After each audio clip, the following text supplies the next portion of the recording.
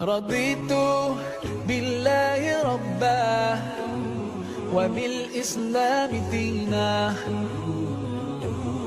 رضيت بالله ربا وبالإسلام دينا. When you travel 45 degrees all the way from Bangalore to northwest parts of the world, you might end up being in a European country, which was under Islamic rule for 800 years. Spain, a country of the Iberian Peninsula, has only 3% of Muslims. In medieval history, they were the majority in the land. They created a rich and powerful society that flourished in Spain for centuries. After the invade of Catholic rulers, they had undergone an astonishing act of ethnic cleanse. Enemies destroyed all the evidence of their presence and systematically erased from the history. It's an incredible story. In the year 711, Muslim forces arrived on the Iberian Peninsula by crossing Strait of Gibraltar. These people became known as Moors. The Hispania was under crisis. Hispanians supported invade of Moors into their land, and soon Muslims started conquering parts of the Iberian Peninsula. In less than a decade, the Muslims brought most of the peninsula under their domination from King Roderick. The Muslims called the country they arrived in Andalus the land of Vandals. The borders of Andalus started expanding over the years. The Muslims became a powerful force on the peninsula and reached till the French territory. From 712 till 756, around 23 governors ruled in Al-Andalus under Umayyad Khalifa. Al-Walid ibn Abdul Malik was famous among them. He paid great attention to the development and expansion of Al-Andalus. He had the well-organized and strongest navy of the Umayyad era, which was a key element in Caliphate's expansions into Iberia. But Abbasiyya revolution overthrew the Umayyad Khalifa in 750. Umayyad prince Abdur Rahman I escaped Al-Andalus from Damascus and set up the independent emirate of Cordoba. The year is 929. In competition with the Abbasiyya, Abdur Rahman III became the leader of the Islamic world. By the arrival of Abdur Rahman III in 912, the Al-Andalus was in decline due to internal fighting, attacks from the Christian kingdoms, and threat to overseas trade. Unlike other governors, he was passionately interested in both the religious and the secular sciences. He brought ethnic tolerance and interfaith harmony between Muslims, Christians, and Jews, which was a dream in the previous regimes. He imported books from Baghdad and actively recruited scholars.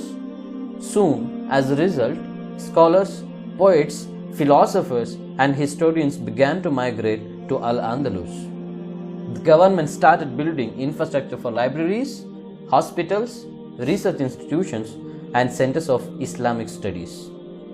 Eventually, Spain started contributing to mathematics, astrology, psychology, physics, biology, and chemistry. They started to translate books to Arabic language and printed a tremendous number of books, which is more than any Middle Eastern countries till today. Elsewhere in Islamic world, there is no exact parallel to what happened in Islamic Spain. That was a golden age in Islamic Spain, where different community groups lived in harmony. Many Jewish scholars born in this era. One of the most important and influential Torah scholar, Musa bin Maimun, born and brought up in Islamic Spain. He wrote a lot of religious books under the Umayyad Khilafat. Also, Islamic Spain gave shelter to Jews who flew from war-affected countries. Hence, Jews consider that as one of their golden age. But Moors was not only interested in territorial expansion, but also a society committed to knowledge. Literacy and religious education went hand in hand. Most of the mosques contain a madrasa which encouraged education and learning. Islamic scholars Imam Qurtubi, polymaths like Abbas ibn Firnas and Ibn Sina, poet Ibn Hazm, philosopher Ibn Rushd, astronomer Al-Zarqali are the products of Muslim Spain. Most of the Catholic rulers in that era were illiterate, but the governors of Islamic Spain had libraries which are equivalent to some of the universities. The capital Cordoba had more than 800 schools and the literacy rate was all-time high. I will tell you one example. Once a king from a Muslim Spain was in search of a girl for his son. He wanted to choose the most educated one. He decided to choose a girl who is Hafiz, the one who knows Quran by heart. To decide the girl, he told to keep a lighted candle in front of Hafiz's home. In the late evening, surprisingly, the entire capital city, Cordoba, was got eliminated. The king had to change the criterion for shortlisting from Hafiz to the one who knows Maliki fiqh books by heart. But the result was the same. So this was the situation there. The girls were well educated in both Islamic and scientific areas. Between the 11th and 13th centuries, Muslim Spain built many canals, pipelines, public baths, industrial water mills, dams, irrigation system, and produced cotton, paper, salt, silk, stain, pepper, clocks, soaps, ruler, maps, globes, velvet, surgical instruments, and named over 200 stars with Arabic names. The Great Mosque of Cordoba, which is now historic center of Cordoba, has a size of 4 football fields. It includes a garden and a pool. This is the largest mosque of Western Islam. Because of this, some explorers called Cordoba as the ornament of the world. The Alhambra in Granada is distinct among medieval palaces for its sophisticated planning, complex decorative programs, and its many enchanting gardens and fountains built by Muslim king in Granada in the 14th century. The name means red because the soil was dark. It gave the stones that reddish hue. Curious in the Alhambra is its mystery. Inside the walls of the palace, the architecture is breathtaking. No information of life in this palace was preserved. All the files were burned by the Inquisition. Every decorative detail of the palace seems part of the design. Countless rows of intricate geometric patterns and Arabic letters are carved into the wood of the walls and windows. Advanced mathematics engineering lies at the core of Alhambra's beauty.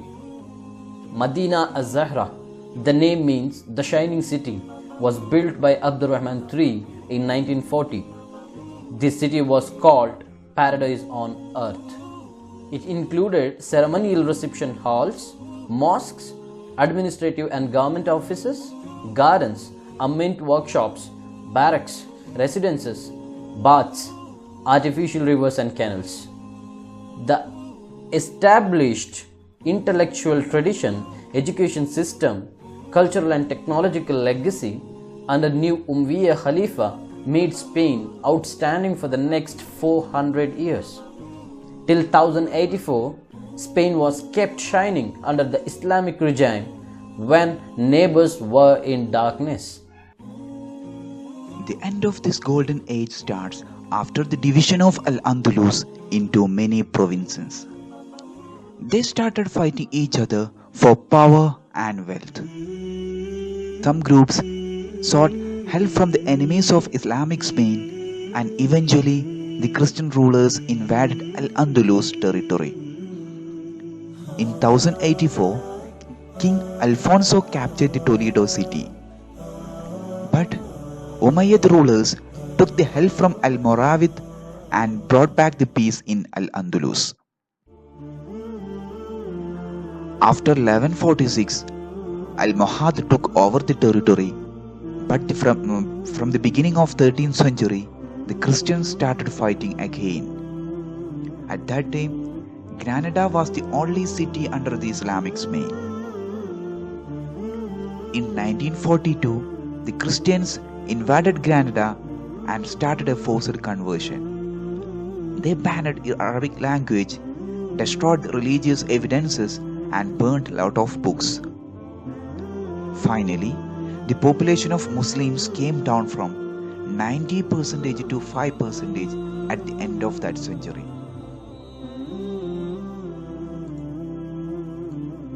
The 1.2 billion plus Muslims of the world today have the same potential as of the Muslims of the past.